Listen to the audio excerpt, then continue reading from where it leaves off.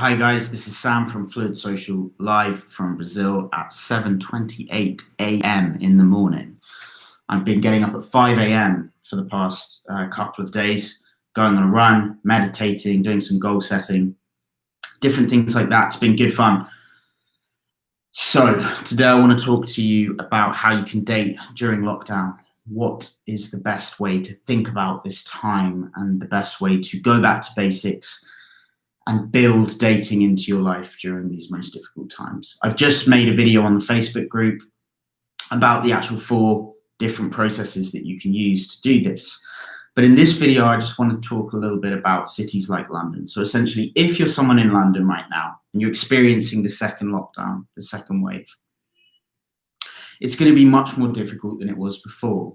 If you're someone that's used to meeting people in person and getting excited about going out and dating and meeting women, it's a tough time. It's a tough time. It's not good, and it's not encouraging that everyone's locked back up again, right? But I want to make this easier for you, and I want to show you that there are still things you can be doing, right? There are still ways that you can go out and date, and that you build social skills and build a social life back into your routine. So I want to start by saying that it is possible. And oftentimes when I'm working with particularly younger clients, there's this one excuse that sticks in my head that they give me. They say, I feel like I'm just not ready to start yet because I live with my parents, or I live with friends, or I live with my sister. And so even if I meet a girl, I don't really want to take them back to my place. So what's the point, right? I don't have a great living condition. I don't have a lot of money. So what's the point? The way I think about this is that if you are a person that's ambitious enough to want to go out there, want to improve your social skills, and want to meet women, then I think that you're also ambitious enough to expect that at some point your logistics are going to be good, right? At some point you're going to be living alone, or living with friends, or living in a condition that you'd be proud to take someone back. When that time comes, do you want to have been sitting in stasis, waiting for that opportunity, with no momentum, paralyzed, nervous, anxious, because you chose not to take action when the logistics weren't good? Or do you want to be ready, fluid, sociable, so that as soon as that great logistics presents itself, as soon as that opportunity presents itself, you're ready to go, you're happy, you've been preparing, right? And so this is a really common excuse. And I understand it, because there is this feeling when things aren't perfect, when we're not in the best shape of our lives, when we're not as disciplined, when we're not making as much money as we want to be making, that what's the point right now? Because women aren't going to want me right now because my situation's not good. But what we fail to recognize is that that's the short-term mentality. That's the Mars bar rather than the banana. That's the easy, quick gratification mindset. And it's not the one that's going to prepare you and enable you to take the action that you want to take when things inevitably improve for you. So the same applies for the lockdown right now. Guys are going to be thinking, there's a lockdown, so this isn't the right time, right? I'm not going to go out. I'm not going to think about my social life because there's a lockdown. So whatever, let's just wait for this lockdown to pass itself over, and then we'll go back out there when things get better. But what you're failing to recognize is that time in stasis, that time not taking action, is going to paralyze you, so that when the world does open up, you're starting from zero. And I guarantee you there are guys out there, I know because I'm one of them, and my friends are doing the same. There are guys that are getting ahead of the game. There are guys that are focusing on what they can do to build their condition so that when the lockdown finishes, they're ready to go. They're already prepared. So what can you be doing during the lockdown outside of dating to keep your social circle going? And then we'll go over what you can actually do within dating. But firstly, you have a social circle, whether you know it or not. Everyone watching this video right now has at least one friend. And that is all it takes to have a social circle. So if you have that one friend, or you have those 5 friends, or you have those 5 male friends and 5 female friends, keep your social circle active. Think about each individual as a form of meditation. Think, who are the people that I love, that I want to connect with, that bring value to my life? Reach out to them, send them something, arrange a phone call, Build the condition of your social circle now so that when the lockdown finishes and you can re-enter it in a total sense, in a full sense, you guys are ready to go. Your bonds are stronger than ever. You've organized events, you've got parties on the horizon, you're excited, you're ready to go. All right? Build your social circle even whilst you're in lockdown, even when you can't see these people. Set the condition of your relationship so that you're having ideas. Maybe you're thinking of doing a project or a business with one of the guys. Maybe there's one of the girls' birthdays scheduled after lockdown. Can you do a party? What can you do to build the condition of your social circle right now, right? So outside of preparation, which is incredibly important, that's the preparation side. What can you do right now? I'm going to give you a brief overview. If you're in a city that's locked down right now, there are 4 options for you. The first one and the best one is to travel away. 90% of work now, of careers, of jobs, enables you to work remotely. If you're an accountant, if you're an engineer, where in the past you would have had to be in the office 8 hours a day, now you do not. Now you answer to no one. For many more people than ever before, you actually have a window now to travel that you never had before. 2 of my best friends, one of them's an accountant, one of them's an engineer. London locks down, they move out to Lisbon, Portugal. They stay by the beach, cheaper than they would stay in London. They go out, they meet women, they live their life, they live that beach life in a city that is an amazing city where there are fewer people out and about, less risk of coronavirus than normal, and an amazing atmosphere. I'm in Rio de Janeiro, so the beaches are crazy, the beaches are busy, the weather's amazing, the sun is out, the bars are full of beautiful people, and you can live on the street that those bars are on for cheaper than you would be able to stay in a small bedroom in London. There are these opportunities. Travel is the first one. If you want to travel, if you're someone that yearns to travel, there's literally never been a better time. In many senses, there's never been a better time because not many people are doing it because of the lockdown. The vibe is amazing. The atmosphere is amazing. If you go to the right places, do your research, message me, call me to find out. And you'd normally be stuck in the office, but now you can work remotely, which means remotely. The sea, the Atlantic Ocean, the Pacific Ocean do not restrict the nature of remote work. So the first option is to travel and eradicate that excuse. Get to a country where you can approach, where you can build your social life actively right now.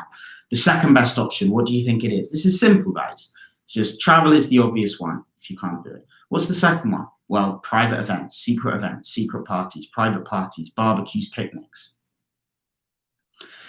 Which friends do you have, or friends of friends, or friends of friends of friends who know private events, who put on private events, who know someone that knows someone that does private events? Research, find out where they are. If you are someone that is not a risk to your family from catching the virus and you're young and healthy, which you should be if you're watching this channel, you can find private events, you can go to them, and you can create social connections that would not be available to you if the lockdown were not here, right? This isn't just about thinking the lockdown's shit. How do we, mitigate the shitness of it? In many cases, this lockdown provides opportunities that actually were not there before, right? Provides opportunities that other people wouldn't have and you wouldn't have if normal life were proceeding. But because of this particular set of unfortunate circumstances, there are platforms and doors that have opened to you that wouldn't otherwise be open. So travel is the number one if you're in a lockdown city. Travel, get back on it, learn a bit of the language, cold approach, build a social circle, build business connections, go out and crush it. There is time during this virus to do that. The second one, private events, parties, barbecues, picnics. Leverage your social networks, leverage your social circles, find what's going on in your city when everyone else is cooped up inside like a battery hen. What can you do to go out there, get ahead of the game, build your life, and continue with passion and motivation? Third, if neither of those options are available, or you're too scared to travel, and you don't want to find the connections that know the private events, what can you do? Activities, classes, group things, group yoga, outdoor fitness, a run with a friend, or an old connection by the river. See if you meet anyone else. See if you see anyone else. Do these events. There are some events going on in parks. There's workouts in parks. There's gyms in parks. Get out there, push yourself, and find what there is to be found in your world, in your environment. Finally, if you can't travel, if you can't find the secret private events, private parties, if you can't go out there and do the group setting, group activities, gym in the park, fitness, then what is the final option? The final option, and it stings my tongue to say it, is online dating. And online dating needs to be approached with the right mindset. It's not as simple as, let me just send some messages out on Tinder and see what happens. No, grab the reins. You're not using online dating just to have a pen pal. You're not using it to satiate your occasional loneliness and get some attention from women. You're using online dating with one goal in mind. The only goal is to have FaceTime. Nothing is learned without FaceTime. Nothing is learned just sending messages back and forth. All that happens is the same instant gratification mindset, the same Mars bar mindset. So I feel a bit lonely. I need to distract myself from my loneliness or my fear. I want some attention from a cute girl. It adds nothing, and it actually takes away a lot. Instead, you think of it in the following way. When do I have available time? What activities or options for a date are available to me when restaurants, bars are closed? Right? Can I grab a coffee and go for a walk in the park? Could I ask a friend to borrow their boat and take out a boat on the Thames or on Battersea Park Lake? There's many options. They just involve not being in small confined spaces. Get creative. Pick your day, pick your activity, and suggest it with confidence. Be bold over social media. Be bold on Tinder. Don't be afraid to call her my lady instead of her name. Don't be afraid to tease her in an intelligent way and create and develop personal narratives. Don't be afraid to say, I'm free on Sunday. I have a feeling the weather's going to be kind to us. I want to take you out to a park. We can go for a walk. And if you're lucky, I'll bring my puppy. I'll bring my dog. What can you do to engage with this process fully and to set up your online dating so that FaceTime is the goal? So that meeting up with the girl is the primary goal of the activity, and banal, mundane conversation is not even on your mind. It's not even an option. Each message is sent with purpose in order to get to the point of FaceTime. There's no mincing around. There's no, laying on your couch, laying back with some sugar, sitting on your phone, swiping left and right for attention. It is goal-oriented online dating. And I have a full structure for this now. I've developed a full structure for how to utilize online dating during these times. I've got 3 clients now over Skype who I'm helping to set up their profile in the best way possible, to think about it in terms of, right, well, what is the most valuable part? The only tip I'm going to give you here right now, I don't want to go too deep into it right now, but the thing that you've got to think with Tinder or online dating, if this is the option that you're resorting to, is that the first image is 70+% of the value of the entire dating app. Of your entire profile, 70% is held in the first image.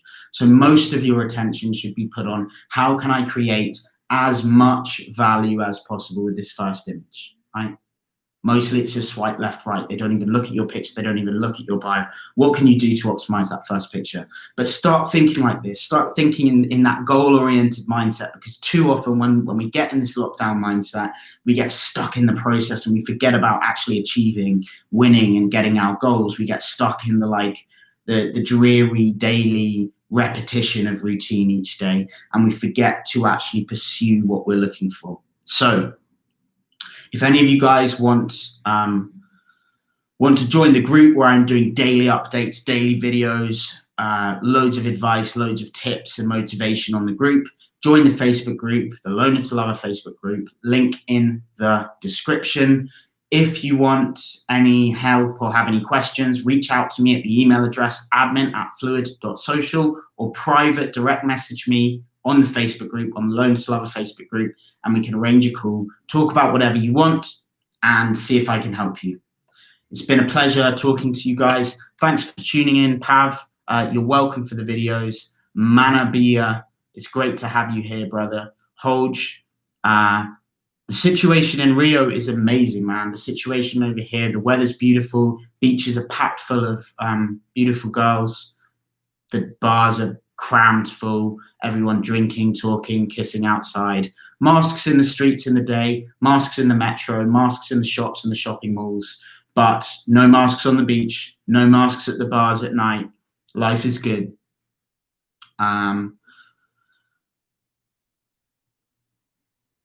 You're welcome, Easy English with AA. You're welcome, Kevin TA. It's a pleasure to have you guys all here. Hey, David, what's up, brother? Any questions, as I said, reach out to me.